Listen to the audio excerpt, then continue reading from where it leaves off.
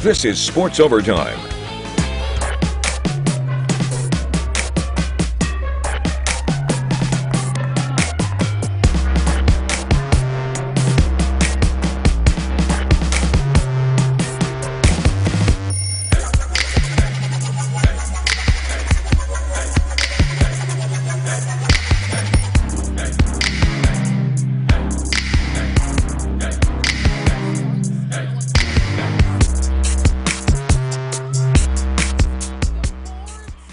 Well, welcome into another episode of Sports Overtime. Thank you, as always, for joining us. All good things must come to an end. For the Michigan State women's basketball team, the 2021-2022 season hasn't been one to look back on fondly, but the memories made by the four Spartan seniors will stay with this program forever. Alicia Smith, Tamara Farquhar, Laurel Jackman, and Nia Clouden all playing in their final game in the Breslin Center. Looking for a huge upset over the 17th ranked Ohio State Buckeyes.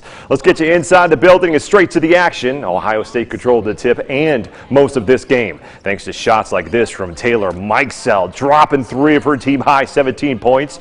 And jumping to the fourth quarter, Nia Clouden trying to will the Spartans to a victory. She finished with a game-high 19 points, and the Spartans were huge on the glass, getting 60 rebounds in this game. Tyre Parks making it a 2-point game with a minute left, but the biggest rebound of the day was right here. Taylor Theory gets the board, and the Spartans have to foul her with 30 seconds left in the game as the Buckeyes hit their 3 throws to pull away. As Ohio State spoils senior day with a 61-55 win, our Ian Kress was at the game and tells us why it was a special senior day even without the win. What made this senior day special for Susie Merchant was the fact that all 4 seniors had a different path to get here to East Lansing. First, Tamara Farquhar, who transferred in this season and today pulled down a career-high 22 rebounds. Then Waverly's own Alicia Smith, who also transferred in and played 2 seasons for the green and white. Laurel Jackman, who is a grad student and walked onto this program 4 seasons ago. And then you have Nia Clouden, who started every single game during her time here at Michigan State and will leave the program as its second leading scorer of all time. I wouldn't want to go to war with any other group of seniors, and their paths, like I said, were different to get here, but it's an emotional day. Nia, when you came in as a freshman, could you have imagined the career you would have had here now it's senior night? Not really. I came in as a freshman who played mostly as a driver and was terrible on defense.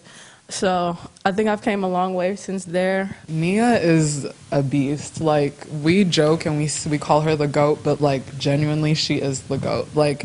She deserves all the accolades that she gets. I'm emotional about her in particular because what her position is a dime a dozen. You all know that. Same thing on the men's side. You got to be exceptional to even get drafted. And so to watch her literally play her way into her dreams is really what coaching is about. The Spartans also honored former players Marjorika Cook and Claire Hendrickson, who had their senior day last season but weren't able to have it in front of fans. So Susie Merchant brought them out and gave them their chance to have a more formal senior day celebration. At the Breslin Center, Ian Kress, 6 Sports. Well, thank you, Ian. The Michigan women's basketball team is looking to get a Big Ten regular season crown outright today because if the Wolverines won against Iowa, they would win their first Big Ten Conference regular season title ever. And if the Hawkeyes beat Michigan, they would get a share of the title with Ohio State.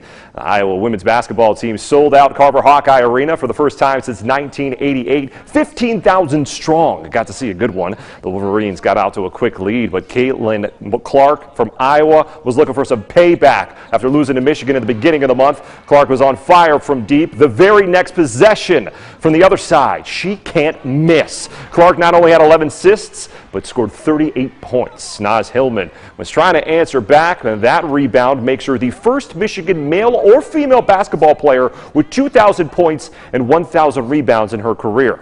The Hawkeyes had a 14-point lead at halftime, and in the second half, they weren't slowing down. Clark, DeMonica, Sonato for the bucket and the foul as the Hawkeyes would go on to win it 104-80, becoming co-Big Ten regular season champions in style.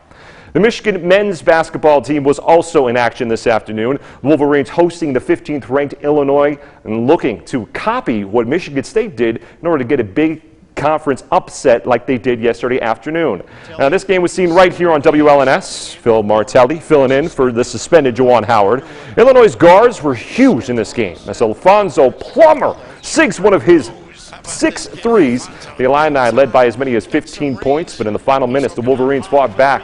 Fast break ballers like Caleb Houston making it a 2-point game with 2 minutes to play, and the Chrysler Center is going wild. Now, after the timeout, Illinois answered with their big man, Kofi Coburn. His bucket pushes the lead to 4, and Michigan needs a timeout. After Wolverines told the ball over, it was Trent Frazier time. The same guy who had the dagger against Michigan State does it again, this time to the Wolverines as Illinois goes down, wins it, rather, 93-85, the final. All right, it's time for us to take a timeout, but when we come back, we're not done talking Big Ten basketball because we're going to hear from the Michigan State men's basketball team on how great it was to have Mel Tucker in the end zone during yesterday's game.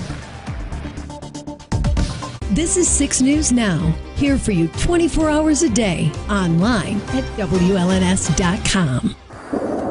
Heavy gunfire echoed across Kyiv overnight. And daybreak made it clear Ukraine's capital city is on the verge of an all-out assault from Russian forces. Ukrainian troops are fighting back, saying they destroyed this Russian convoy on the outskirts of Kyiv. Всім доброго ранку. Ukraine's President Volodymyr Zelensky is vowing to stay put in the capital and fight on, rallying Ukrainians to defend their nation. Zelensky reportedly refused American help to evacuate, saying he needed more ammunition, not a ride.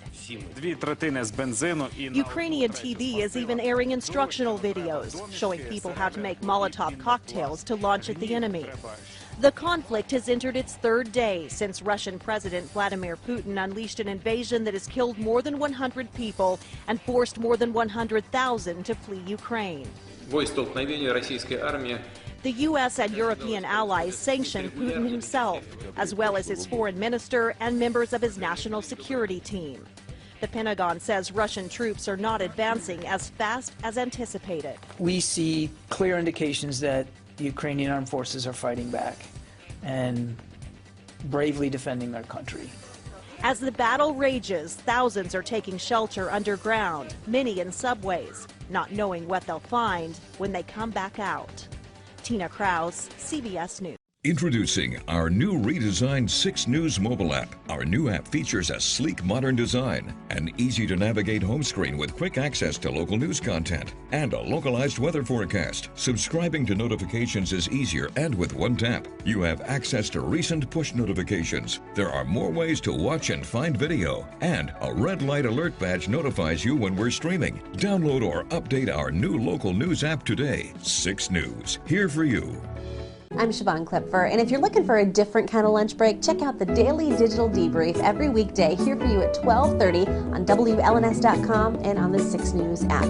It's a little bit of news, a little bit of weather, and a little bit extra. Well, it's been a fairly gusty start to your morning across the board for the entire state of Michigan. Now, the further west we go, the higher the wind gusts are. They topped out at 37 miles per hour thus far for their maximum wind speed over in Muskegon. A little bit calmer, but not by much for us here in Lansing. 28 miles per hour for our maximum wind gust. Same over in Alma. Welcome back, everyone. It's not every day that you see Division I football coach joining the school student section to cheer on the team. Well, that's exactly what Mel Tucker did on Saturday afternoon, and cheering in the end zone was a huge sight. Yesterday's game was already big, but for the Spartans to see Mel Tucker in the crowd joining along with the traditions made it just a little bit more special. After this game, we asked Gabe Brown how much more energy was in the arena seeing Coach Tucker joining in the Breslin Center. It brings way more energy because Coach Tuck he's a Spartan. He believes in it. He loves the fans. He loves to be out there, and for him to just be there at the game and just encouraging us, it's a blessing.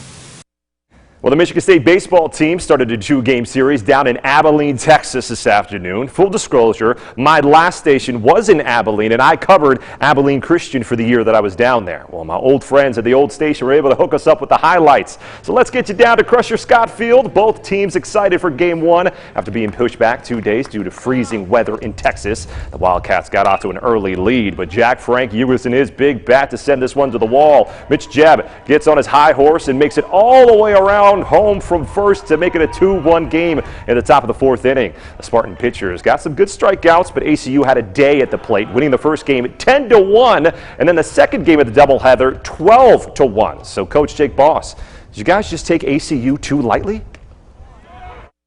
The easy answer would be sure we took them lightly, but that's not accurate. I mean, we knew we were going to walk into a pretty good team of veteran players.